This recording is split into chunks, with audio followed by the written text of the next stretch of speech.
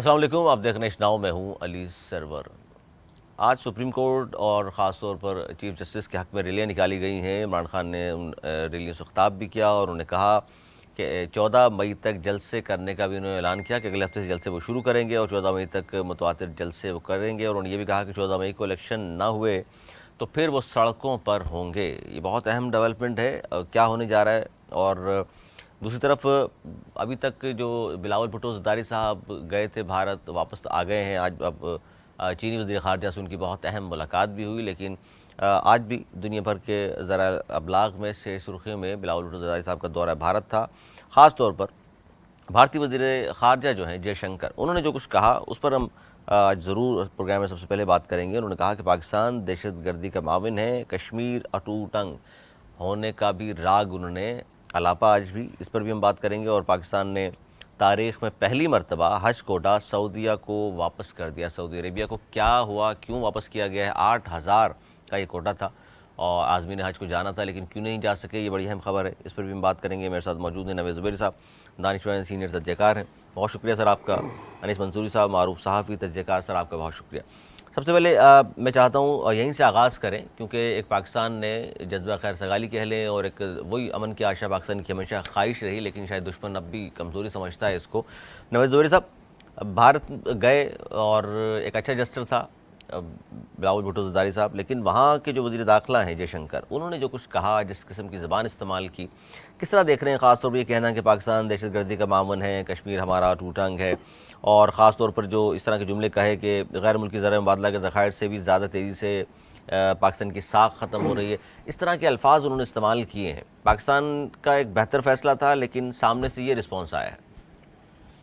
बिस्मिल्लाहिर्रहमानिर्रहीम। देखिए, मैं समझता हूँ कि इलेक्शन सर पर हैं उनके, और जिस तरीके से वहाँ पे दिल्ली में, यूपी में और उस जगह पे जिस तरीके से दूसरी पार्टियाँ कुछ मकबूलियत हासिल कर रही हैं, शायद उसका खौफ है। क्योंकि ये तो चूरन ही इनके पास पाकिस्तान के ख़िलाफ़ बात करना है और जो बेचना है पाकिस्तान को, बुरा भला बोल बोल के तो ये पार्टी बने, मुसलमानों को बुरा बोल बोल के तो ये उधर इक़्तिदार में आए हैं। ये कोई सेकुलर जमात तो है नहीं। इन्होंने सेकुलर भारत का जो मुंह था वो कालक रख दी, पूरी दुनिया में कालक रख दी। और उधर ना कोई मुसलमान महफूज है, ना कोई हिंदू छोटी जात का महफूज है, ना कोई लड़की बेचारी रात को महफूज है। सिखों का जो हाल है अलहदगी की, भारत उधर वो चल रही है, वो अपने आप को उससे बचाएं कि ये क्या करें। कश्मीर में आपको पता है जो उन्होंने हाल किया हुआ है, तो वो पाकिस्तान को क्या बोले, उनका यहाँ पे कमांडर नेवी का हाजिर सर्विस बंद है, उस पर ये बोलते हुए उनको पता नहीं शर्म क्यों नहीं आती। बहरहाल किसानी बिल्ली है जनाब, वो अंडर शेडो आ गए, पाकिस्तान ने पहल की, बहुत अच्छी पहल की, और इससे मुझे यकीन है आज नहीं तो कल कोई ब्रेक थ्रू निकलेगा। इसमें नवेद ज़ुबैर साहब क्या कहेंगे, ख़ास तौर पर जब आप इतने ममालिक के वहाँ वज़ीर ख़ारजा मौजूद हों, ऐसे प्लेटफॉर्म पर इस तरह की तकरीर तो चलें किसी सियासी जलसे में वो करते या प्रेस कॉन्फ्रेंस में अलग से कोई बात होती, इस तरह के लोगों के सामने अपने आप को बेनकाब किया उन्होंने। देखिए, आप दुनिया का मीडिया उठा के देख लें, एक दो चैनल्स के अलावा बाकी सब जो है उसको बुरा भला बोल रहे हैं। और जितनी कवरेज, यहाँ तक लिखा है इंडिया के मेन अखबारात ने और चैनल ने कि जितनी कवरेज बिलावल भुट्टो को दी गई इतनी उनके वज़ीर ख़ारजा को नहीं दी गई। और एक ने ये भी बोला कि मेज़बान वज़ीर ख़ारजा को जेब नहीं देता इस किस्म की प्रेस कॉन्फ्रेंस करना। आप मेज़बान हैं यार। अब ये अगर वो जाके वहाँ पे बात करे, आगे बिलावल भुट्टो ने वहाँ जो इंडिया टुडे को इंटरव्यू दिया है वो बहुत संभल के काम, और उसमें जो बातें करनी थी, उसमें डिप्लोमेसी की एक अलग ज़ुबान होती है, ये डिप्लोमेट की ज़ुबान नहीं थी। वो वज़ीर ख़ारजा एक डिप्लोमेट सी कर रहे थे, वो एक कॉन्फ्रेंस थी जो इंटरनेशनल कॉन्फ्रेंस थी, जो उनकी नहीं थी, उनके बाय वर्च्यू उनके यहाँ पड़ गई थी। कल ये हमारे यहाँ भी हो सकती है, कहीं भी हो सकती है। तो ये उसके मेज़बान थे, तो उन्होंने अपना कद छोटा किया है और कुछ नहीं किया। छोटा किया है कद। आप क्या कहेंगे अनीस मंसूरी साहब इस सारे मामले पर, और ख़ास तौर पर ये जो कुछ अल्फाज इस्तेमाल किए हैं भारतीय वज़ीर ख़ारजा ने? बिलावल भुट्टो ज़रदारी साहब का जाना, ख़ास तौर पर 5 अगस्त 2019 जो कुछ किया भारत ने, मकबूजा जम्मू कश्मीर की हैसियत तब्दील की, उसके बाद जाना, पहले तो बताइए किस तरह देखते हैं आप? और गए, एक अच्छा जस्टर दिया अगर उन्होंने, तो फिर हिंदुस्तान की तरफ से इस तरह का जवाब आना, अब इसको फ्यूचर में किस तरह देख रहे हैं? इस जवाब का मकसद क्या है? हाँ, बहुत शुक्रिया अली आपका। सबसे पहली बात तो ये कि बिलावल भुट्टो ज़रदारी का वहाँ जाना, पाकिस्तान दुनिया से अलग नहीं रह सकता, पाकिस्तान आइसोलेशन का शिकार नहीं रह सकता। पाकिस्तान की वजारत ख़ारजा की या पाकिस्तान की हुकूमत की हमेशा से ये पॉलिसी होनी चाहिए और रही है कि हमें हमेशा कोई भी जगह खाली नहीं छोड़नी चाहिए, और जहां हम जगह खाली छोड़ते हैं वहां पर भारत अपना प्रोपेगेंडा कर सकता है। अगर पाकिस्तान इस कॉन्फ्रेंस में शिरकत नहीं करता कि जिसका मेन मकसद ही दहशतगर्दी के हवाले से था, वहाँ अगर शिरकत नहीं करता तो यकीनी तौर पर इंडिया को पूरा मौका मिलता कि वो हमारे ख़ास तौर पर दोस्त यानी कि चीन के सामने मौजूदगी में बहुत सारी चीज़ें इसी तरह की तकरीर करता और वो कहता कि पाकिस्तान शायद वहाँ से भाग गया। लेकिन पाकिस्तान की खारजा पॉलिसी का ये बेहतरीन कदम है कि वहाँ पर लोगों को भेजा गया और ख़ुद वज़ीर ख़ारजा वहाँ पर गए। अव्वल तो ये बात है। दूसरी बात यह है कि ज़ाहिर भारत जाना एक अलग मामला है और शंघाई ताउन तंजीम के अंदर वहाँ पर उनके तमाम वज़राए ख़ारजा मौजूद हो, वहाँ पर बात करना एक अलग एलिमेंट है। तो पाकिस्तान की अगर आपने देखा होगा कि चाहे वर्ल्ड कप हो, चाहे पाकिस्तान एशिया कप का हिस्सा हो, पाकिस्तान हमेशा इंडिया जाता है। पाकिस्तान उन लोगों में से नहीं समझता अपने आप को। पाकिस्तान की खारजा पॉलिसी बिल्कुल वाज़ेह कि हम डरपोक लोग नहीं हैं कि जो अपने घर से बाहर ना निकलें। हम वो लोग हैं कि जो अपने दुश्मन के घर जाकर अपनी बात कर सकते हैं। और पाकिस्तान और बिल्कुल जो बिलावल भुट्टो ज़रदारी है, उन्होंने ठीक कहा कि पाकिस्तान की एक पॉलिसी है, उसमें सिर्फ बिलावल भुट्टो शामिल नहीं है, उसमें पाकिस्तान की रियासत की पॉलिसी एक शामिल है। और पाकिस्तान की रियासत की पॉलिसी चाहे इमरान खान हो या दीगर लोगों को उन्हें तस्लीम करना पड़ती है कि ये पाकिस्तान की रियासत की पॉलिसी और इसी तरीके से हम काम करते हैं। बिलावल भुट्टो ज़रदारी साहब पे तनकीद जो कर रहे हैं, खासतौर पर हमारे मुल्क में सियासी जमातें जो तनकीद कर रही हैं, उनको इस बात को नहीं देखना चाहिए कि बिलावल भुट्टो ज़रदारी साहब कोई चेयरमैन पाकिस्तान पीपल्स पार्टी की हैसियत से नहीं गए, वो पाकिस्तान को रिप्रेजेंट कर रहे थे, वज़ीर ख़ारजा हैं पाकिस्तान के। देखिए ये एक अलग बहस है, ये एक अलग बहस है। अगर कोई भी वज़ीर ख़ारजा चाहेगा, चाहे उसका अपोनेंट पार्टी का हो, तो वो कहेगा क्या आपको याद नहीं है कि बिलावल भुट्टो ज़रदारी मोदी के नवाज शरीफ के घर आने पे कहते थे कि जो मोदी का यार है वो गद्दार है? क्या कहा कहते थे वो शादी वो एक अलग बात है। वो शादी नहीं एक देखिए मेरी बात जहाँ मुल्क की बात आएगी, मुल्क देखिए की इसी को एक मोदी अहम को दौरे पे वो गए हैं, फिर अगर कोई सियासी जमात, अरे आप नहीं देखिए- समझते बिलावल के सबको साथ खड़ा होना चाहिए कि जी हमारा वज़ीर ख़ारजा है, अगर भारत की तरफ से ये जवाब आया है तो सब मिलकर को जवाब दें। देखिए हुकूमत तो उनके साथ खड़ी रहेगी ना, लेकिन हुकूमत जो- नहीं, नहीं, आम मैं सियासी आपको एक जमातों का वाक़या- ताल्लुक- एक- इसका मतलब एक- आम सियासी जमातों का वज़ारत ख़ारजा से ताल्लुक नहीं है, देखिए, पाकिस्तान देखिए, के 2022 साथ- का एक वाक़या याद कराना चाहता हूँ, अगर आप इजाज़त दें तो। बिलावल भुट्टो साहब अमेरिका के दौरे पे थे और इमरान खान से मुतालिक सवाल हुआ था। इमरान खान से मुतालिक सवाल हुआ जो बड़ा मशहूर हुआ बिल्कुल। कि जनाब वो ऐसे ऐसे, उसने बोला नहीं वो मेरा प्राइम मिनिस्टर है, उससे अगर मेरे खिलाफ आते हैं वो पाकिस्तान में है, इस वक्त वो मेरा प्राइम मिनिस्टर है और मैं उसके खिलाफ कोई बात नहीं करूँगा। उसके बाद उसने बोला नेक्स्ट क्वेश्चन, मकसद बिल्कुल भी उसने दोबारा बात करनी चाहिए, उसने बोला नेक्स्ट क्वेश्चन। भाई पाकिस्तान से बाहर अगर आपको मुल्क को कोई रिप्रेजेंट कर रहा है, चाहे वो इमरान खान है या शहबाज शरीफ है या वो बिलावल भुट्टो है, पाकिस्तान वो की इज्जत है तमाम हमारी, पॉलिटिकल बिल्कुल। पार्टीज को उसको बैक करना चाहिए, मुल्क में वापस आ जाए, असेंबली मौजूद है, पॉलिटिकल फॉर्म मौजूद है, जलसे मौजूद है, उतारो जो तुम लोग उतारते हो तो तुम लोग का काम ही है, करो वो। लेकिन जब बैरून मुल्क दौरे पे है तो कम से कम उसको सपोर्ट करना बैरून मुल्क दौरे चाहिए। पर वो स्टेट को ये कर होता रहा है है। और देखिए, स्टेट का जो बयानिया है वही दे रहा है, वो अपना जाती बयान है या पार्टी का बयान नहीं दे रहा। जाहिर बात है, जाहिर है, आप देखिए, सब जानते हैं बीजेपी कि ने जो तमाम कुछ स्टेक किया- होल्डर से पूछ कर ही वो गए, ऐसा नहीं हो सकता।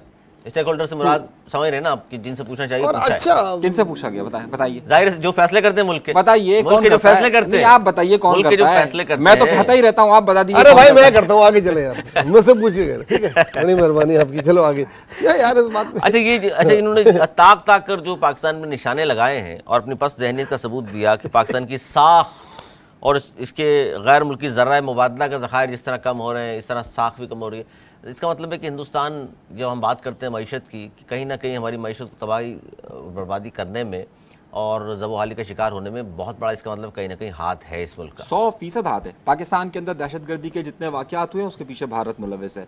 पाकिस्तान के अंदर आज इंडिया कहता है कि दहशतगर्दी से उसको ख़तरा है और दहशतगर्दी के ताउन की बात करता है। आप ये अंदाज़ा कर लीजिए कि गुज़िश्ता सिर्फ 2001 से लेकर अब तक, यानी कि ये जो 22 साल का वक्त गुजरा है, उस 22 साल के अंदर इंडिया के अंदर कितने हमले हुए और पाकिस्तान के अंदर कितने हमले हुए। पाकिस्तान के जवानों को रोज़ाना शहीद किया जाता है, पाकिस्तान में असातिज़ा को कत्ल किया जाता है, पाकिस्तान में ख़वातीन को कत्ल किया जाता है, पाकिस्तान में, और ये सब कौन करवा रहा है? वही टीटीपी करवा रही है जिसका ताल्लुक बराह रास्त भारत के साथ है। फंडिंग करता है वो हिंदुस्तान, सबको तहरीक मालूम है। तालिबान पाकिस्तान किसी, करता है। और आज देखिए ना तहरीक तालिबान पाकिस्तान ने उन्हीं के कहने पर आज पाकिस्तान की मीडिया को भी धमकी दी है। तो तहरीक तालिबान पाकिस्तान किसका आशीर्वाद लेकर आती है? 100% उन्हीं का ही आशीर्वाद लेकर आती है। तो ये जो जितने भी मामलात होते हैं पाकिस्तान के अंदर, पाकिस्तान उन दुनिया के वाहिद मुल्क है जो दहशतगर्दी के वाक़यात से सबसे ज़्यादा मुतासिर हुआ है, सबसे ज़्यादा।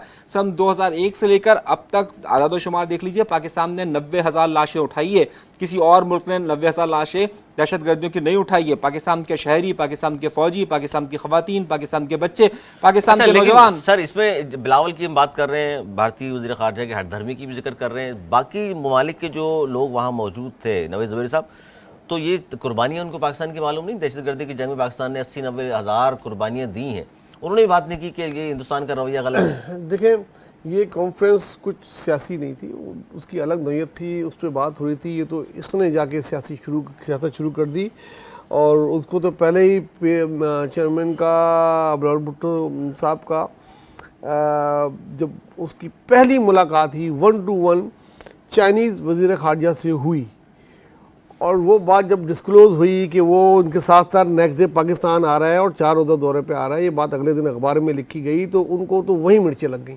कि ये क्या होने जा रहा है बस उनकी। और जब ये पता लगा सोने पर सुहागा कि अफगानिस्तान से भी हाई ऑफिशियल वक्त 2 दिन पाकिस्तान में आ रहा है और वो उनके दरमियान बात करेंगे, तो यहाँ उनकी जो है ना, ये जो कुछ भी हुआ है ये उसका फायर वर्क, उसका रद्द-ए-अमल है, उसका रद्द-ए-अमल है कि ये क्या हो गया, उन्होंने सोचा भी नहीं था।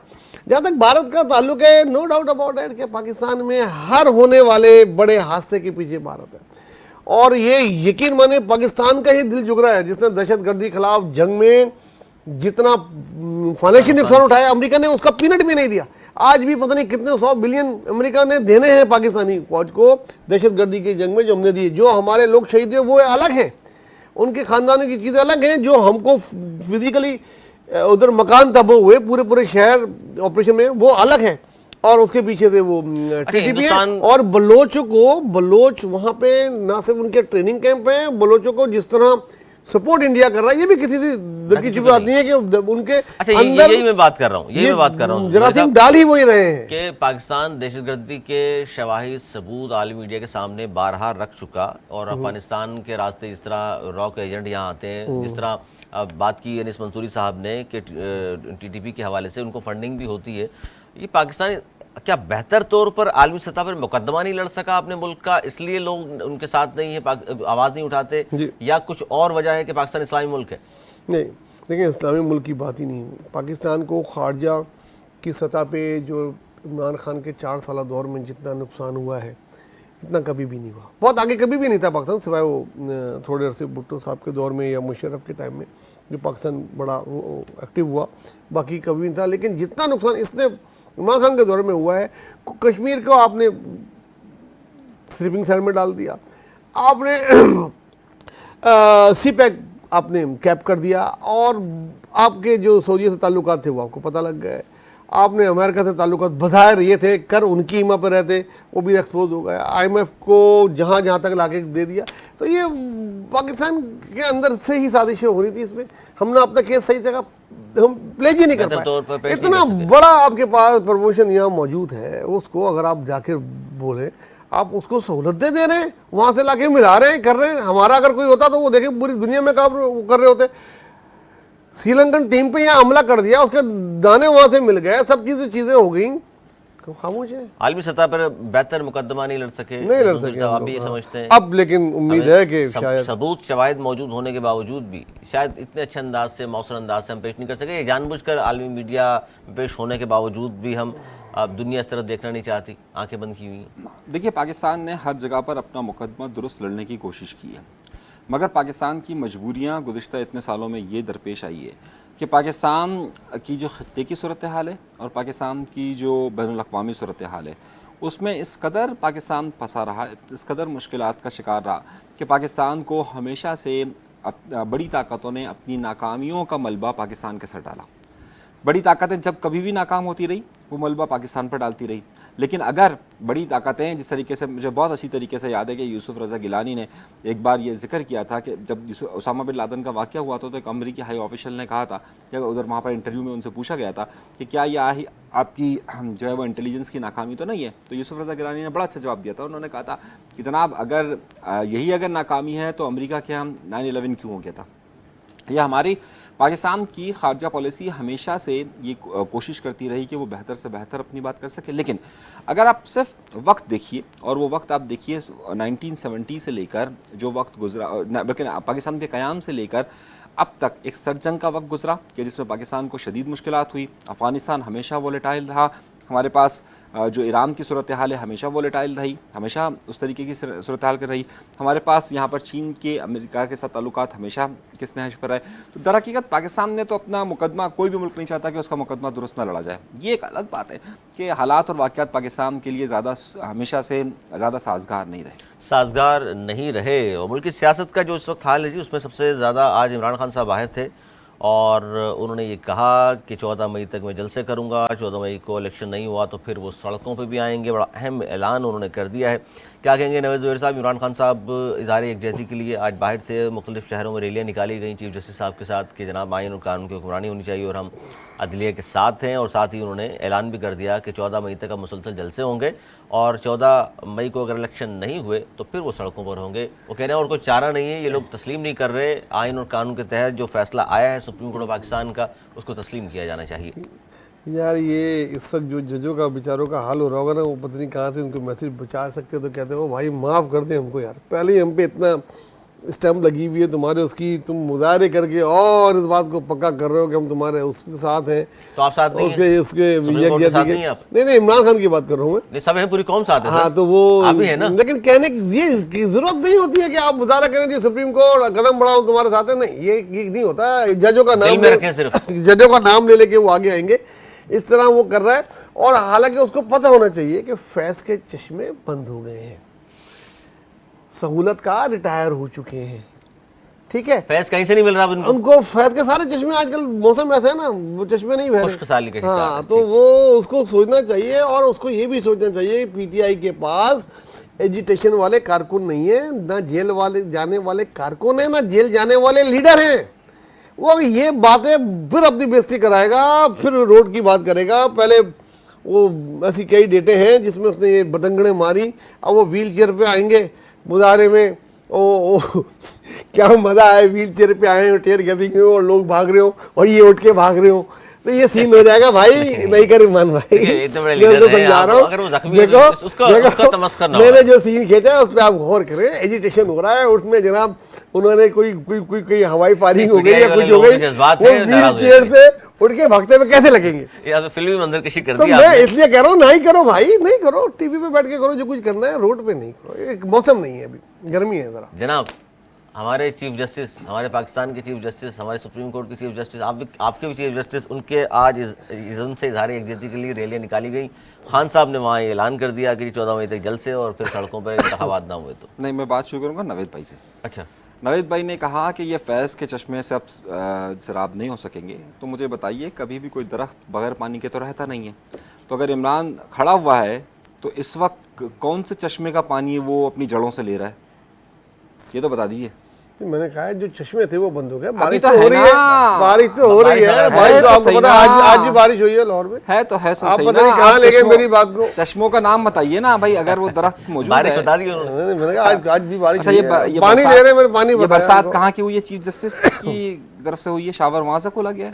चीफ जस्टिस की हिमायत में रैलियां निकालने हैं भाई। अच्छा नहीं, मैं ये पूछ रहा हूँ ना कि अगर बरसात, कह रहे हैं कि बरसात का वो पानी ले रहे हैं दरख्त जो खड़े हुए हैं, इन्होंने कहा ना कि सैराब नहीं हो पाता, तो अब वो जो सैराब हो रहे हैं तो पूछे तो बताए तो सही कि अब कहाँ से बरसात हो रही है? कि जड़ें बहुत ज्यादा गहरी हैं और नीचे जमीन से ले लिया होगा पानी।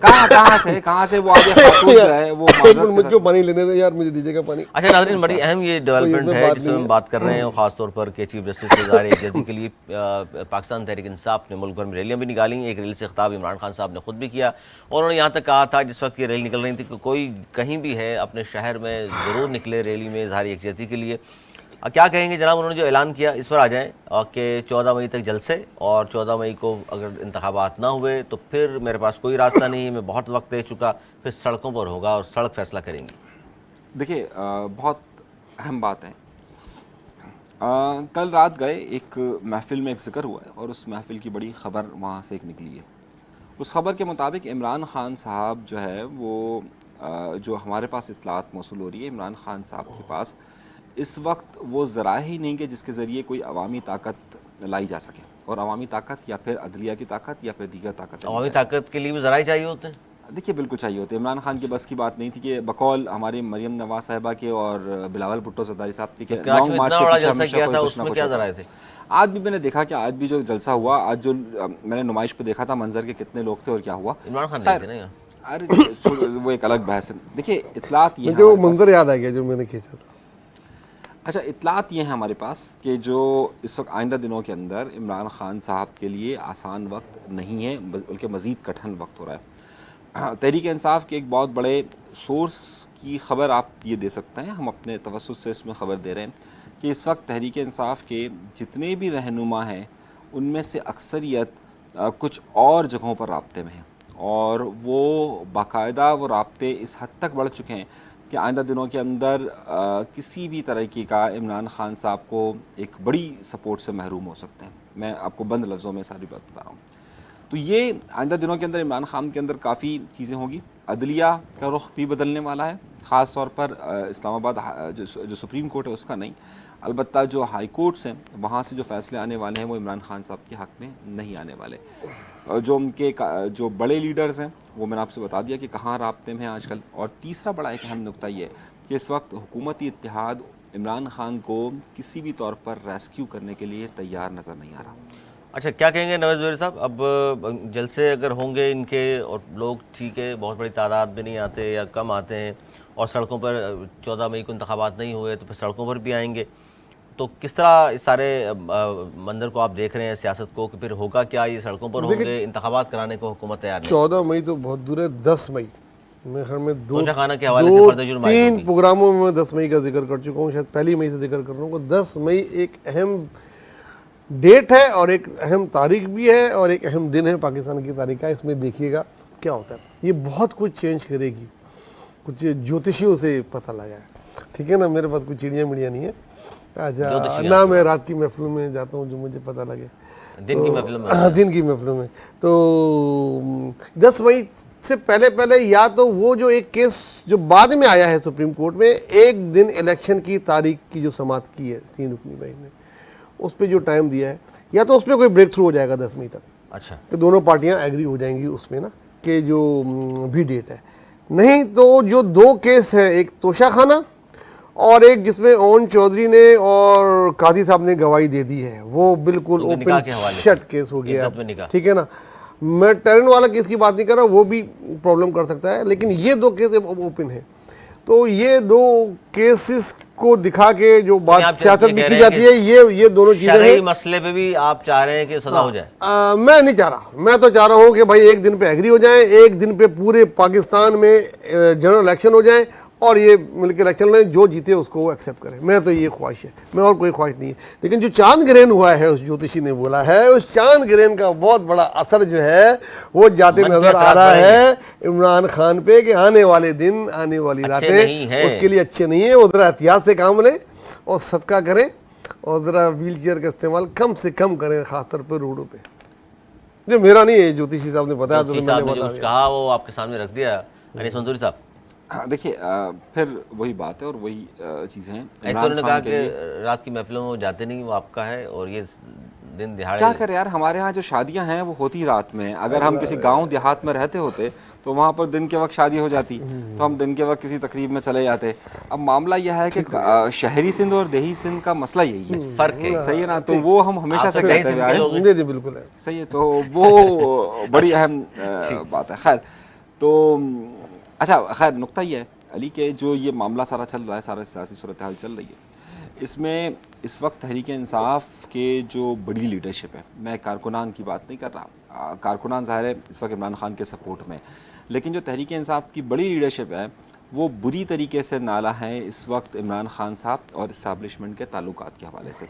वो कतई तौर पर उस तरफ नहीं है, और उनका झुकाव जो है वो इब्तदाई तौर पर तो इमरान खान के साथ वो बड़े तेज़ी के साथ नज़र आए थे, लेकिन जैसे जैसे वक्त गुजरता जा रहा है इमरान खान साहब की बातें और इमरान खान साहब की चीज़ें उन्हें उनसे दूर करती जा रही हैं।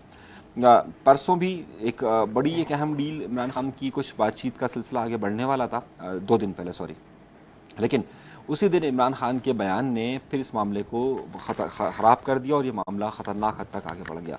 तो इमरान खान साहब आइंदा दिनों के अंदर कुछ बेहतर ताल्लुकात करते हुए नज़र नहीं आ रहे हैं पाकिस्तान की बड़ी सरकार या इस्टेब्लिशमेंट के साथ। और ये जो दो केसेस का हवाला दिया है नवेज़ ज़ुबैरी साहब ने, तोशाखाना और इद्दत बिन निकाह, इसमें कह रहे हैं जी उनको नज़र आ रहा है कि इसमें उनको सज़ा हो जाए। आपको भी लग रहा है? देखिए सज़ा तो जो है ना, हमारे नवेद भाई गोलमोल बात कर जाते हैं ना, मैंने कहा उसका ये है नहीं गोलमोल बात आ जाओ टेबल पे। अगर मुज़ाकरात हो गए तो सज़ा नहीं होगी। मेरा मामला यही है, मैं कहता हूं आइन और कानून को सबूताज करते हुए आप सियासत के लिए कानून को इस्तेमाल करते हैं। मैं यही कहता हूं, मैं यही कह रहा हूं। देखें, आप लोग कानून और आइन को किसी सियासी रहनुमा को पॉलिटिकल बार्गेन करने के लिए, उसको तोड़ने के लिए इस्तेमाल करते हैं। पाकिस्तान की तारीख पड़ी हुई है कि आपने हमेशा कानून के मुताबिक को सजा दें, कानून के मुताबिक सबको देनी पड़ेगी, बिल्कुल सबको दे दें, बिल्कुल बिल्कुल बिल्कुल बिल्कुल। कौन रह जाएगा बाकी, कौन रह जाएगा बाकी असेंबली में, ये बताएं कौन चलाएगा मुल्क से? मैं इनकार ही नहीं कर रहा, देखिए मेरी तबीयत ठीक नहीं है, आपके पास टाइम नहीं है, मुल्क मैं इनकार ही नहीं कर रहा। मैं कह रहा हूं पाकिस्तान यही बात है, यही बात है, ये हमें चोर है, लुटेरा है, लेकिन चलो हम इसको अगर हटा देंगे तो कोई नहीं कहा। पाकिस्तान की 22 करोड़ की आबादी है, क्या पाकिस्तान के अंदर मौजूद 8 करोड़ माओं ने अपने बच्चों को जन्म देना बंद कर दिया कि हमारे पास ऐसे बच्चे नहीं है कि जो चीजों को संभाल सके? है ना, इसलिए आबादी कम है। देखिए हमारे पास 8 करोड़ माए हैं कि जो हमारे पास, जो देखिए आप ये बात करते हैं ना पाकिस्तान के, आप इन्होंने खुद ने कह दिया, खुद ने आज इकरार कर दिया कि सियासी मामलात के लिए कानून को और कानून के लिए सियासी मामलात को इस्तेमाल किया है। खुद फरमा रहे हैं कि अगर मुज़ाकरात कामयाब होगा तो इमरान खान को सजा नहीं होगी। वो मैं बता रहा हूं, देखिए मैं हाँ ना, इन्होंने किससे मुज़ाकरात, मेरी बात को ये अपने आप इन्होंने मायने निकाले हैं। मैं तो एक बात कही, उस बात के ये जितने भी मायने निकाले अब इनकी मर्जी है। मैं तो एक सियासी बात की थी, वो सियासी बात को ये जिस तरह ये कह रहा था डिकोड करे, ये इनकी मर्जी है। देखिए इंडिया में क्या राहुल गांधी को नाअहल करार दे दिया गया, दे दे, फिर 3 महीने बाद वापस लिया गया। सियासत में होता है, पॉलिटिक्स यार। देखिए मैं स्टेट चला जाता है 73 का आइन के मुताबिक, हम सीधा सीधा चलेंगे, मैं उस पर कायम हूं। आप जो इधर उधर जाना चाहते कोई नहीं बचेगा, कोई ना बचे। मैं ये कह रहा हूं कि अगर 62-63 मैंने नहीं लगाई थी, भी कुछ लग एक आमिर ने 62-63 के करीब घूम रहे हैं। देखिए एक आमिर ने 62-63 का इकरार किया था, दो नहीं मानता। दो बातें आज आप कर रहे हैं। एक तो आप हमेशा से कहते रहे, आपका मौक़िफ़ उमर अता बंदयाल के हवाले से ये है कि जनाब बड़ी मदद कर रहे हैं वो। मैंने कहा आइन और कानून की हिमायत नहीं कर रहे। हमने कहा जी आइन, तो फिर इसका सजा किस तरह हो रही है? आपके लिए सजा होने वाली है। किसको? खान साहब को। मैंने कहा खान साहब को यही सियासी मामलात है, सजा नहीं होगी। नहीं, सियासी मामलात में उसको फंसाया जाएगा कानून अच्छा, के तौर पे। फंसाया जाए, कोई जुर्म नहीं किया, उमर अता बंदयाल के होते हुए फंसा लेंगे। जुर्म किसने नहीं किया? यहाँ जुर्म नहीं करता। कौन की बात नहीं कर रहा। यहाँ तो ये तासुर है कि सारे चोर हैं, सब कुछ है, इमरान खान कुछ नहीं करता। इमरान खान चोर नहीं है? हाँ, अभी आपने कहा उसने कुछ जुर्म नहीं किया। चोर ना कहे, उसको फंसाया जा रहा है, साबित नहीं हुआ, चोर क्यों कह रहे हैं? किसी के बारे में फंसाया जा रहा है। देखिए मेरी बात बहुत वाज़ेह है, चोर नहीं, जब तक साबित नहीं होता मेरा जुमला, कोई भी नहीं है। अपने जुमले पर कायम हूं कि पाकिस्तान में सियासतदानों को कानून के मुताबिक और कानून को सियासत के मुताबिक चला जाता है, ये नहीं होना चाहिए। अब वो आप इमरान खान की मिसाल ले लीजिए, आप ले लीजिए नवाज शरीफ की, आप अल्ताफ हुसैन की मिसाल ले लीजिए, आप बेनज़ीर भुट्टो साहबा की मिसाल ले लीजिए, ज़रदारी साहब की मिसाल ले लीजिए, किसी की भी मिसाल ले लीजिए। सियासतदानों को जब वो ताकत में होते हैं तो कानून को पैरों तले रोनते हैं, और जब वो कमज़ोर होते हैं तो यही कानून उन सियासतदानों को के लिए इस्तेमाल होता है हरबे के तौर पर। यहाँ कोई इंसाफ नहीं होगा। यहाँ पर आप जाकर पाकिस्तान की जेलों के अंदर मौजूद 80,000 कैदियों का डेटा उठाकर देख लीजिए, उसमें अगर आपको कोई ताकतवर शख्स नजर आए, अगर आप उठा के देख लीजिए, यहाँ पर सिर्फ ये मुल्क का आइन और कानून, यहाँ की अदालतें कमजोर के लिए हैं, कमजोर के लिए हैं और सिर्फ कमजोर के लिए। अच्छा जी, ये तो आप जो गुफ्तगू कर रहे हैं, एक बड़ी अहम खबर ये भी है कि इस बात पे एग्री। चलें जी, साथ हो गए इस बात पे दोनों मौजूद मेहमान। कराची के 11 यूसीज में अब जो ज़मीनी इलेक्शन है, थोड़ी सी बात कर लें। इस ज़मीनी इलेक्शन के हवाले से सबसे एक अहम खबर तो हमने दी थी परसों आपको, वो ये थी कि MQ पाकिस्तान ने बाइकआउट का ऐलान किया है। लंदन की तरफ से तो है ही बाइकआउट। अब सबसे ज़्यादा जो अहम मुकाबला करार दिया जा रहा है जमात इस्लामी और पाकिस्तान पीपल्स पार्टी, जबकि बहुत ज़ोर लगा रही है जी PTI भी, लेकिन इस वक्त तक की जो पोजीशन है उसमें ज़ाहिर है पाकिस्तान पीपल्स पार्टी आगे, उसके बाद जमात इस्लामी है और फिर पाकिस्तान तहरीक इंसाफ है। सर, किस तरह देख रहे हैं इस इलेक्शन को? 11 यूसीज का इलेक्शन कराची में, और फैसला कौन है ये? इसमें से अगर जमात इस्लामी 8 या 9 हासिल कर ले यूसीज तो ज़ाहिर है पलड़ा भारी हो जाएगा उनका और वो आगे चले जाएंगे जिस तरह उनकी ख्वाहिश है, ज़ाहिर है पीस पार्टी की भी ख्वाहिश है, लेकिन जमात इस्लामी ख़ासतौर पर हाफिज़ नईम रहमान साहब एक ऐसा चेहरा, उम्मीद बनकर लोग कह रहे हैं, सामने आए हैं कराची के हवाले से। देखिए, मेरे पास जो प्री इलेक्शन रिजल्ट नहीं, सर्वे कह सकते हैं ना, मतलब जो जो हमारे लोग गए हैं मुख्तलिफ यूसीज में, बहुत सारे मेरे जानने वाले इलेक्शन लड़ 11 में से क्या है? शहर मेरे पास जो इस वक्त है वो शायद आप एग्री नहीं करें, लेकिन कल रात हम बैठ के एग्री करेंगे। 11 में से 6 पीपल्स पार्टी जीत रही है, 6 जी, और 3 जमात इस्लामी जीत रही है। जमात सिर्फ 3 जमात इस्लामी अपनी जीत चुके हैं ना, वो कौरंगी जीत चुके हैं, सेंट्रल जीत चुके हैं ना, दियारी में उनके नहीं है, मलीर में उनके नहीं है, कौरंगी और सेंट्रल में जो 2 हो रहा है वो एक उसके साथ गोट मिल रहा है। अगर आप थोड़ा ये स्टार्ट हम शुरू में कर लेते तो मैं इसमें आपको बहुत बता देता। कल इंशाल्लाह जब प्रोग्राम करेंगे तो मैं इसकी वजह बताऊंगा, एक एक यूसी की वजह से क्या। 2 में पीटीआई है, जिसमें एक में पीटीआई मजबूत है और एक में बड़ा सख्त मुकाबला है। तो देखते हैं कि क्या है। तो अगर 11 में से 6 पीपल्स पार्टी जीत गई, जो ऑलरेडी तकरीबन 6 सीटें जमात इस्लामी से आगे है, तो 6 12 सीटों का उसको फ़र्क पड़ जाएगा, 12 सीटों का फ़र्क पड़ जाएगा, प्लस कुछ आज़ाद लोगों को भी उन्होंने ले लिया है। तो मेयर के बहुत ज़्यादा चांसेस नजमी आलम के मुझे नज़र आ रहे हैं। तो आप ये समझ रहे हैं कि जिस सिंध पर भी पीपल्स पार्टी की हुकूमत और कराची पर भी देखिए, हुकूमत इलेक्शन लड़के अगर की जाए और लोग उनको वोट दें, धांधली ना तो हो, जिसको भी बिल्कुल भी धांधली ना हो। कल देख रहे हैं आप धांधली होने का। देखिए, एमक्यूएम ने बाइकाट किया भाई, अब मैं क्या कह सकता हूँ। आप ट्रेन मिस कर दी, धांधली कोई धांधली नहीं हुई, कोई धांधली नहीं हुई यार। यूसी के इलेक्शन में 1000-1500 वोट पड़ते हैं, सारा अमला बैठता है, एक मोहल्ले के लोग होते हैं, एक दूसरे को जानते हैं, और ये तो फलां गली का आदमी है, ये तो एल ब्लॉक का लड़का है। देखो, ये उसी के इलेक्शन है, ये एमएनए के इलेक्शन नहीं है। और अभी तो 11 यूसी ने प्रेस कॉन्फ्रेंस सुने, अभी तो 11 यूसी ने 100 प्रेस कॉन्फ्रेंस की। अरे वो उनका तो काम ही यही है, उनको तो मेयर जब तक नहीं बना दे, वो तो ख्वाब में मेयर बन चुके हैं भाई, वो तो ख्वाब में मेयर बन चुके हैं। इतने सीरियस है, मुझे तो खतरा लग रहा है। अल्लाह ताला उनको अच्छी सेहत दे, वो कहीं दिल बर्दाश्त ना हो जाए यार। कोई बात नहीं, पहली बार है, अच्छे आपको लोगों ने वोट दिए और इतने अरसे बाद कराची में जमात इस्लामी को वोट मिले। आप खुद धांधली का इल्जाम लगा के अपनी ही जीत पे उनको तो काफी अरसे बाद दाग लगा रहे हैं। पीपल्स पार्टी को पहली बार अच्छे वोट मिले। पीपल्स पार्टी को कराची से मिलते रहते, पीपल्स पार्टी कराची से 4 नहीं, तो एमक्यूएम का फर्क बताया ना मैंने। तो एमक्यूएम वाले लोग सारे इनको वोट दे रहे हैं। देखिए, एमक्यूएम जो लंदन का फैक्टर है बहुत इंपॉर्टेंट है, वो तो कर गया है बाइकाट इस बार, और जो दूसरी एमक्यूएम थी रही थी उसने भी बाइकाट कर दिया है, तो उसका फायदा पीपल्स पार्टी पे जाएगा। यहाँ पे 2 ही पार्टियां हैं। अच्छा जी, माजी ये कहता है काम करती आई है, पीपल्स पार्टी या एमक्यूएम।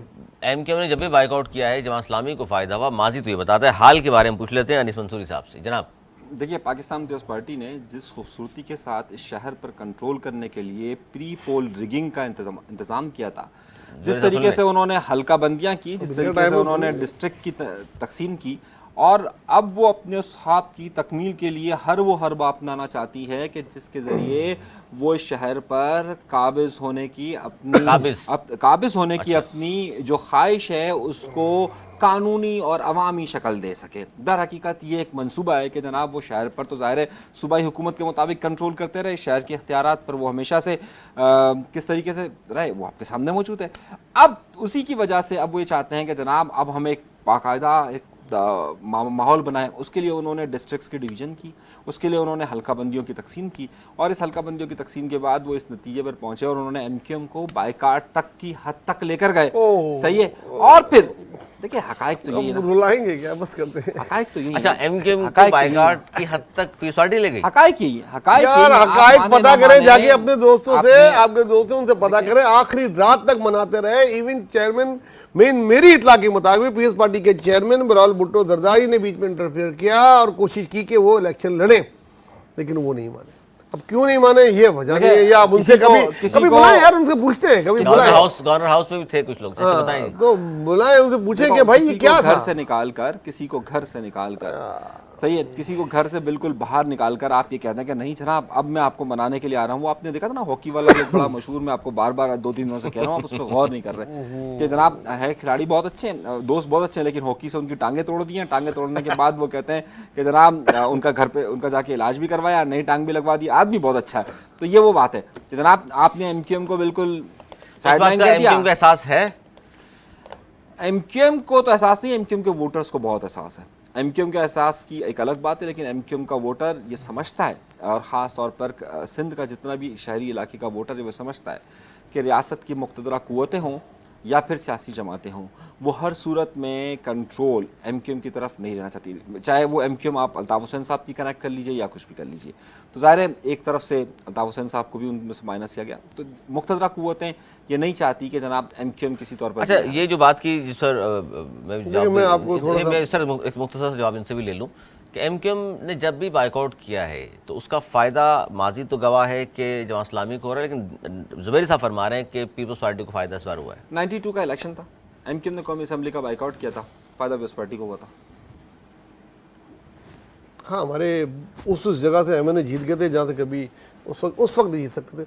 और फिर उसके बाद एमपी के इलेक्शन हुए, एमपी के इलेक्शन हुए तो वो सारे देखिए ना, जीत देखिए गए। जमात को लेकिन 2 मैं बार बताऊं, फायदा हुआ, मैं- जमात में दोनों बात दे रहा हूँ, जमात को 2 बार फायदा कब देखिए हुआ? उस वक्त पीटीआई नहीं थी यार, समझो ना आप जिस वक्त मैं बोल उसी रहे बात हैं कर रहा हूं। इसमें थी। नहीं इतनी मेहमतुल्लाह साहब, अरे क्या चीज जमात तो थी पीटीआई ना, पीटीआई का जमात फैक्टर थी। आ गया बीच में, इसलिए अब उसका लाया फायदा गया, पीटीआई का फैक्टर मैं लिया लाया हूँ। जो लोग भी लाए, नहीं, सबको नहीं, पता पीपल्स कौन पार्टी लाया, लाई है। सबको पता अवाम कौन लाए लाया। सर, अवाम अरे का यार भाई अवाम अवाम का वोट क्यों? देते हैं यार, अब हर एक को फोन करेंगे, जाओ भाई वोट दो यार प्लीज, हर चीज में दे आते हैं यार यार। पीटीआई को किसने फिनोमिना बनाया? पीटीआई को कौन लाया इस शहर पीटीआई में? 20-25 साल से है, अब आप उसके पीछे से जाते रहे तो मैं तो बोलूंगा अमेरिका लाया। फिर अच्छा, बोले खैर, छोड़े चलिए। तो देखिए मेरी बात सुनिए, अभी भी जो ये गैर यूनियन है इसमें भी क्या फर्क होगा, एमक्यूएम ने बाइकाट कर दिया। अब जो वोटर है ना, पीपल्स पार्टी के तो अपने वोटर है, वो जिसे कहते हैं वो खंबा वोट जाले, वो जाएंगे वोट देंगे निकलेंगे, उनको कोई नहीं रोक सकता। उनको राशि जो है ना उनके लिए काम बहुत ठीक है की ना? पीपल्स पार्टी, इसलिए ठीक है, नहीं वो एक अलग ही नजरिया, एक अलग ही पार्टी, एक अलग ही काम चीज़ है करे ना। ना करे। मैं बताऊं, हाँ वो वैसे ही है, आप देखते नहीं है, आप ये कितनी बढ़िया दफा माइक लेके गए, बोला लड़का ने मैं बाबा ये हाल है ये भरा है, वो बोला ऐसी तैसी ये, वो बोला वोट, फिर भी भुट्टो को देंगे। अच्छा, आप ये- अच्छा अच्छा, मेरी अच्छा, मेरी अच्छा, मेरी यारी में तो बात सब- मेरी बात कंप्लीट करने दीजिए। यारी में बात फिर और भी है। यारी में तो मुखालिफ भी है। अच्छा मैं बात तो कहीं और निकल जाएगी, बस आधा मिनट लूंगा। अब जो दूसरे वोटर बचते हैं वो डिवाइड होंगे पीटीआई में और जमात इस्लामी का, जिसका का फायदा पीपल्स पार्टी को होगा, इसलिए पीपल्स पार्टी ये जीत रही है। सिंपल इज दैट, बड़ा सिंपल फार्मूला है, कोई रॉकेट साइंस नहीं है, ये सियासत है। इन्होंने कहा कि माइक लेकर चले जाएं, जियाला कहेगा मैं वोट पीपल्स पार्टी को दूंगा। आप मेरे साथ चलें। एमक्यूएम के सिंध के तमाम इलाकों में चले जाएं और वहां जाकर माइक रखें और बोले आप वोट किसको देना चाहते हैं, वो बोलेगा मैं बता नहीं सकता। वो मैं बताता हूं, आप नहीं, वो बोलेंगे मैं वोट अल्ताफ हुसैन को दूंगा, ये नहीं, वो कमिटेड है वहां पे। आप कराची से निकल जाएं, हैदराबाद चले जाएं, उधर चले जाएं, वोटर वोट देने नहीं आएगा जो एमक्यूएम का कमिटेड, वो नहीं आएगा। कराची में भी कराची में अभी गेम मुख्तलिफ है, मैं हो सकता है गलत हूँ, वक्त आने पता लगेगा जब कोई इनका कभी होगा। कराची में बहुत पानी पुलों से बह गया है, अब वो पोजीशन नहीं है जो किसी वक्त मुत्तहदा लंदन की होती थी। और यहाँ वालों की ये खुद मर्जर कर रहे हैं, ये कर रहे हैं, कोशिशें कर रहे हैं, काम करें, कराची के इशू पे बोले, कराची के अवाम के इशू पे बोले, मर्दमशुमारी बोल तो रहे हैं, मतलब हमारी रेड लाइन है, हुकूमत में हमारी लगे रेड बोले, लाइन है। अलग हो जाए हमारी रेड लाइन है सर, बहरहाल। रेड लाइन है। देखिए मैं जो बात कर रहा था वो अच्छा, ये सिंध थी- शहरी यार, का, बात चले सुनिए, एक और खबर जमात दूं आप। इस्लामी का मेयर रह चुका, एक एमक्यूएम और के कई MQM मेयर रह चुके, एक अगर पीएस पार्टी का उसको भी देख लो ना यार। एमक्यूएम पाकिस्तान हमने ने देख तो रहा 15 साल फैसला से। किया है सिंध शहरी का मुकदमा लड़ने का। किसका? सिंध का मुकदमा लड़ेगी एमक्यूएम पाकिस्तान। जो हुकूक पीपल्स पार्टी नहीं दे रही, जाहिर है यहाँ तो पीपल्स पार्टी है, वफाक से भी शिकायत है उनको, अब वो मुकदमा लेकर निकल रहे हैं और कल से आगाज़ उसका कर रहे हैं। एक तो मर्दमशुमारी की बात करेंगे, फिर दीगर मसाइल पे बात कर रहे हैं, और शहरी सिंध का अब मुकदमा लेकर एमक्यूएम पाकिस्तान बाहर आ रही है, सड़कों पर हो सकता है आ जाए। आप क्या कहते हैं निसुंतोरी साहब? फिर मैं लास्ट कमेंट इनसे पूछ लूँ। अच्छा, बहरहाल ये जो उनका मुकदमा लेकर जाने का तरीक़ेकार है, मुझे उस पर कोई ज़्यादा मैं उसमें वो पुरअतमाद नहीं हूँ कि जनाब ये बहुत ज़्यादा कामयाब रहेगा। उसकी वजह ये है कि इस वक्त जो माहौल बना हुआ है कराची की सियासत का या सिंध के शहरी इलाकों की सियासत का, वो मरदमशुमारी यकीनी तौर पर एक बहुत बड़ा इशू है, लेकिन मरदमशुमारी से बढ़कर इस वक्त लोगों के लिए सबसे जो बड़ा मसला बना हुआ है, जो मरदमशुमारी एक मसला है उसे हम इनकार नहीं कर सकते, लेकिन एक बड़ा मसला बना हुआ है हमारे पास गैस के बिल, हमारे पास एक बड़ा मसला बना हुआ है बिजली के बिल, हमारे पास एक बड़ा मसला बना हुआ है अफरात ज़र यानी कि महंगाई। अच्छा सर, हमारे पास एक बड़ा मसला बना हुआ है महंगाई। अब आपने अगर महंगाई का इस जिक्र वक्त कर जो दिया है, जमात मैं उस तरफ चाहता हूँ- जाएगी, जी, जी। लोग उस तरफ जाएंगे। महंगाई की तुमने बात कर दी है, मैं चाहता हूँ जाते जाते इस खबर को हम उसमें शामिल कर लें। पाकिस्तान की ज़ाहिर तारीख में पहली मरतबा ऐसा हुआ है कि हज कोटा सऊदी अरब को पाकिस्तान ने वापस किया है, और उसकी वजह यह है कि सरकारी स्कीम के तहत कम दरख्वास्तें मौसूल हुई, इसलिए वापस करना पड़ा। लोग नहीं थे, लोग क्यों नहीं आए, दरख्वास्तें क्यों नहीं दी, उसकी वजह, बुनियादी वजह क्या थी? वो थी महंगाई। और पाकिस्तान ने वापस इसलिए भी कर दिया कि $24 मिलियन वरना अदा करना पड़ते पाकिस्तान को। सर, महंगाई की वजह से हज नहीं कर सक रहे लोग, ये हाल हो गया है। क्या अल्लाह का पकड़ नहीं होगी? इन कुरानों की इस हद तक मजबूर कर दिया है कि जो अपना पेट काट कर कुछ पैसे बचा कर हज के लिए रख लिया करते थे, वो भी अब वो कहते हैं 2 वक्त का रोटी ही नहीं मिल रही हमें। हज और उम्रा तो बात की बात है। पहली बात तो आपने एमक्यूएम के बारे में जो कल निकल रही है मुझसे कमेंट नहीं लिए, तो ये नहीं, आप ले लीजिए। नहीं आप नहीं, अब ये हज का आ गया, मैं क्या कमेंट दूँ मैं उसमें। अब कल ले लीजिएगा, इसमें मैं बहुत ज़्यादा कुछ अच्छा बोलना चाह रहा था एमक्यूएम के हक में जी, तो लेकिन वो आपने नहीं बोला सर। ये तो आज ही दे देंगे आप इसका तो जवाब दोनों का। अच्छा, उसका मैं मुख्तसर दे देता हूँ हज वाले का। कल देखिए, बात उसकी तफसील से मेन वजह है कि 15 लाख का हज कोई अफोर्ड नहीं कर सकता। बहुत बड़े आदमी कर सकते हैं भाई, वो कर सकते हैं, गरीब आदमी है, ठीक है ना। गरीब आदमी, मिडिल क्लास आदमी 15 लाख का हज अफोर्ड नहीं कर सकता। मियाँ चाहता है तो वो चाहता है मैं अपने साथ अपनी बीवी को भी ले जाऊँ, तो 30 लाख के घर बेचे क्या करे, मतलब खाना जहाँ को नहीं मुश्किल है, तो इसलिए लोग है ही नहीं। फिर ज़र मुबादला नहीं मिल रहा है। ज़र मुबादला मतलब वो अब पाकिस्तान के पास है नहीं, आपको खुद मार्केट से खरीदना है, तो वो बहुत ऊपर चला जाता है। तो ये बड़ी मुश्किलात हैं इसमें, तो इसमें तो बहुत इसको तो अल्लाह पूछेगा जिससे पूछना होगा। बहरहाल एमक्यूएम का ज़्यादा था कि एमक्यूएम को बहुत अच्छा कर रही है। एमक्यूएम को चाहिए स्टार्ट फ्रॉम द ज़ीरो, ठीक है ना। एमक्यूएम को चाहिए वो एक हो गए, जो कुछ हो गया उसको एक्सेप्ट करें और दोबारा निकल जाए आवाम में। गैस का मसला है, बिजली का मसला है, मर्दमशुमारी का मसला है, पानी का मसला है, बेरोज़गारी का मसला है। शहर में बहुत सारी ज़्यादतियाँ हो रही हैं जिसका जिक्र मैं नहीं कर रहा, वो करें जाके, ठीक है। तो वो जाएं एक एक इलाके में, छोटी छोटी कॉर्नर मीटिंग करें। बड़े जलसे नहीं करते तो कोई बात नहीं, इसमें कोई शर्म की बात नहीं है। बड़े जलसे कभी पीपल्स पार्टी भी नहीं कर सकती थी और अब करती है, कभी जमात इस्लामी करती थी अब नहीं कर सकती। तो अगर वो नहीं कर सकती तो वो छोटे छोटे जलसे करें। छोटे जलसे मतलब 1000, 2000, 5000, अभी वो लाखों के जलसे तो नहीं कर सकते ना। लाखों का नहीं था एमक्यूएम का, मैं जरा हकीकत पे बात करूँ ना, तो बहरहाल वो अगर 5-5 हज़ार के 8-10 जलसे कर लें, फिर मिला के एक जलसा करें, तो इसको फ्रॉम स्टेट करने निकलना पड़ेगा, सियासत करनी पड़ेगी, दोबारा से बिगनिंग करनी पड़ेगी एक होके, तो ये शायद इस शहर के लोगों के दिल जीतने की कोशिश कर सकते हैं। लेकिन इसमें कितना अर्थ लग जाएगा? देखिए, सियासत है, 30 साल हुकूमत की है, अब गई है तो ये रेल मिस हुई है तो 2-3 साल तो मेहनत करनी पड़ेगी, कर सकते हैं। 2-3 साल में वापसी हो सकती है, कोशिश कर सकते हैं। जो अल्ताफ हुसैन साहब ने जिसको तीसरी बड़ी जमात बना दिया था पाकिस्तान की। देखिए, ताहाल जो इस वक्त अगर एमक्यूएम की मौजूदा पोजीशन, एमक्यूएम पाकिस्तान की आप बात कर रहे हैं, अगर आप एमक्यूएम पाकिस्तान की बात कर रहे हैं, तो मैं नहीं समझता कि इतना आसान होगा। जब आपके पास माजी का एक बहुत बड़ा लगेज आपके साथ हो और जब आप उससे इनहराफ करते हुए अगर ज़िंदगी गुजार रहे हों और आप मुस्तकबिल में भी कहीं फ़िट ना आ रहे हो और आपने हाल भी अपना आपस में झगड़ कर ख़त्म किया हो, तो आपके लिए मुश्किल वक्त होता है कि आप मुस्तकबिल की तरफ बहुत ज़्यादा, मुस्तकबिल करीब में कोई अच्छी नवीद सुनना पसंद करें। मेरा अपना ज़ाती ख़याल ये है कि इस वक्त इनके लिए मुमकिन नहीं होगा, आगे वक्त बताएगा। लेकिन मैं अवामी सतह पर अगले 2-3 साल मौजूदा एमक्यूएम पाकिस्तान को उस तरह नहीं दिख रहा। जी, बहुत शुक्रिया आप दोनों का, बहुत शुक्रिया नवीद ज़ुहरी साहब और अनीस मंसूरी साहब। नाज़रीन, ये था हमारा आज का प्रोग्राम, आपने सुना और गुफ्तगू बड़ी अहम की, ख़ास तौर पर ये जो टॉपिक हमने बात की हज कोटे के हवाले से, इस पर हम कल भी थोड़ी सी तफसील से बात करेंगे कि इस मुल्क में हो क्या रहा है। तारीख़ में पहली बार ऐसा हुआ है कि हज कोटा वापस करना पड़ा है, उसकी वजह महंगाई, और महंगाई इदारे शुमारियात के मुताबिक 48% पर पहुँची हुई है। इसमें तफसील से इंशाल्लाह अगले प्रोग्राम में हम बात करेंगे। आपने प्रोग्राम देखा, पसंद किया, उम्मीद करता हूँ आप अपने आरा से भी हमें ज़रूर नवाजेंगे। अगले प्रोग्राम तक के लिए हमें दी इजाज़त। मौलाना की बात।